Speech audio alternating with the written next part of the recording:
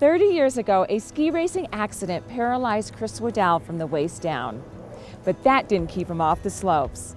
He became the most decorated male Paralympic skier of all time. Now retired from racing, Chris continues to inspire disabled athletes everywhere.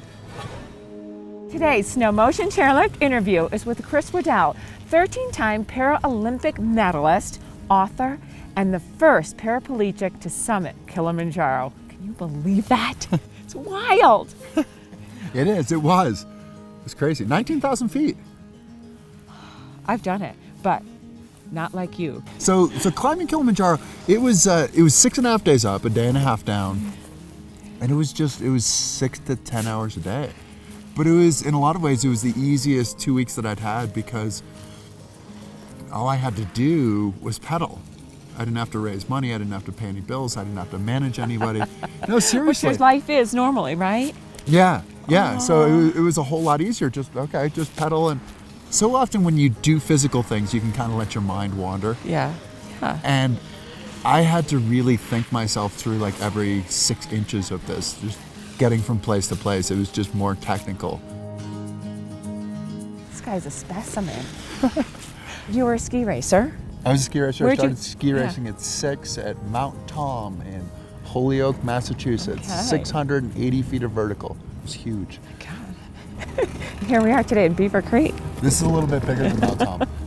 Okay, you were a fist racer, then you raced NCAAs. Yep. From Middlebury. From Middlebury. So you were a very accomplished skier. And then tell us about your accident. Accident was my first day of Christmas vacation. I was home, and you know how it is. You're in college and you go home and you go train at your home mountain. And I fell in the middle of the trail as best I can reconstruct it, really, because I don't remember anything after my ski popping off. So were you angry? How were you feeling emotionally? Looking forward was far better than worrying about what I had lost, because if I worried about what I'd lost, that was really scary. You jumped right back into the sport of ski racing. 362 days after the accident, I skied in a mono ski, yes. Oh my God. Okay, so then you realized you were a really great mono skier. It took me about a week to be able to sort of go top to bottom on something relatively moderate. It really took me 3 years. It took when I moved here to Vail after I graduated to actually feel like I was good. So what was the next step? I'm making the U.S. Paralympic team. Right.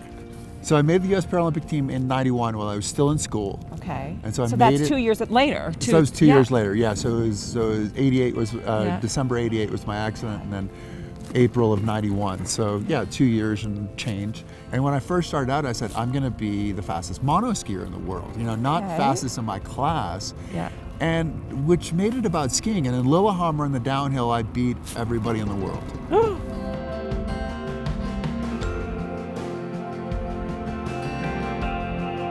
The next thing I want to talk about with Chris is that he's writing a memoir. Yes. Tell us about that. So the memoir is my story, or at least as I remember my story. It's something I've always wanted to do. I feel like, it's so much of what I tried to do, like skiing. There were times I was going 70 miles an hour on one ski.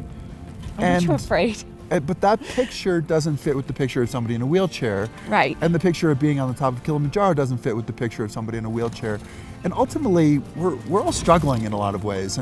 And so my memoir, it's kind of interesting because so often people say, oh, well, you've overcome your disability. And it's like, no, really, it's pretty much an everyday kind of deal. I'm better at dealing with it. But what a role model you have been to everyone that has had a spinal cord injury. Look at you. I mean, you're so inspiring. Well, it's the same kind of thing that you're doing, right? Because I think that what we're trying to do is live life as fully as possible.